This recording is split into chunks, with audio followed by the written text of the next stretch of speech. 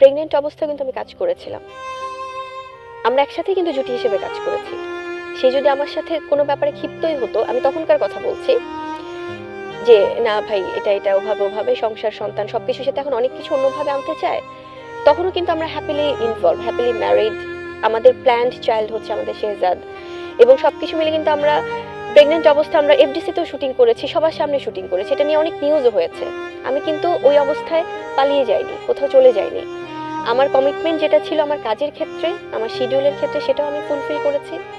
এবং আমি কিন্তু একসাথে আমরা কাজ করেছি, এবং সে আমাকে বলছিল যে ঠিক আছে আমরা তারপরে, যেহেতু আমি তার দিকে সম্মানটা রেখেও এবং সবকিছু মিলে সে চাচ্ছিল না তখন জিনিসটা সামনে আসুক অফিসিয়ালি, সেই জন্য কিন্তু আমি আমেরিকাতেও গিয়েছিলাম, এবং সেটা নিয়েও সবাই জানতো, অনেকেই নিউজ করেছে, হয়তো ওপেন সিক্রেট ছিল না, বাট অনেকেই জানতেন।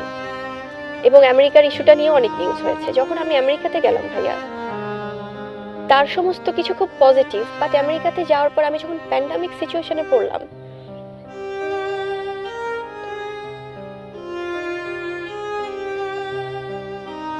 সরি, যখন পুরো ওয়ার্ল্ড,